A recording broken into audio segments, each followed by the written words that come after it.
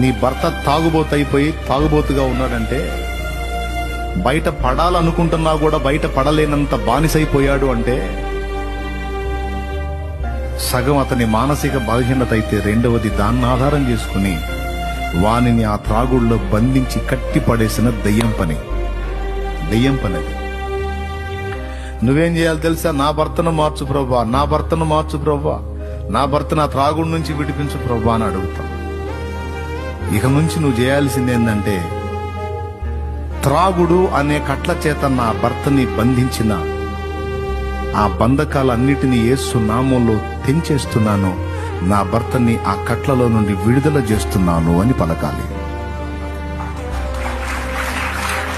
నా బిడ్డని ఆ కట్లలో నుంచి యేసు నామములో విడుదల చేస్తున్నా అని విడుదల నువ్వు ప్రకటించాలి. ఇక్కడ ఎన్ని కట్లున్నాయంటే, రకరకాల కట్లు. వ్యసనాల కట్లతో కొంతమందిని గట్టిపడేశాడు లూసిఫర్ గారు. రోగాల కట్లతో కొంతమందిని గట్టిపడేశాడు.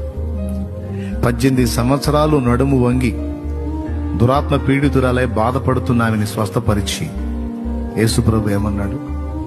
18 సంవత్సరాలుగా సాతాను కట్లలో బందీ అయిపోయిన ఈ బిడ్డ ఎక్కడ, ఏ కట్లలో బందీ అయింది? సాతాను కట్లలో బందీ అయిపోయింది. అంటే కట్టుగట్టేశాడు అన్నమాట వాడు.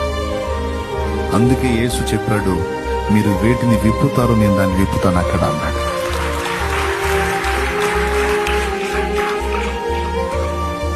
అంటే సంవత్సరాలుగా రోగపు కట్లలో బందీలైపోయిన వాళ్ళు కూడా ఉన్నారని గుర్తించాలి. అందరికీ వచ్చిన జబ్బులన్నీ శరీరాన్ని బట్టి వచ్చినాయి కాదు, దురాత్మల వల్ల కూడా కొంతమంది జబ్బుల పాలై ఉన్నారు.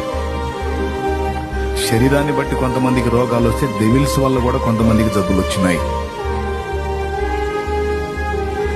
వాటిని వెళ్ళగొట్టినప్పుడు, వాటిని బంధించినప్పుడు, ఆ బాధలో ఉన్న వారికి విడుదల ప్రకటించినప్పుడు, శరీరాన్ని బట్టి వచ్చినాయి అయినా సరే మనం వారికి విడుదల ప్రకటించినప్పుడు ఏమన్నాడు? నేను అక్కడ విడుదల చేస్తాను. అంటే నువ్వు ప్రకటించకపోతే చేయాతిగా నువ్వు ప్రకటించు. ఇది ముఖ్యమైనదా కాదా? అసలు మనం దీన్ని పట్టించుకుంటామా? అసలు ఇది ఇంత సీరియస్ మ్యాటర్ అని తీసుకుంటామా మనం?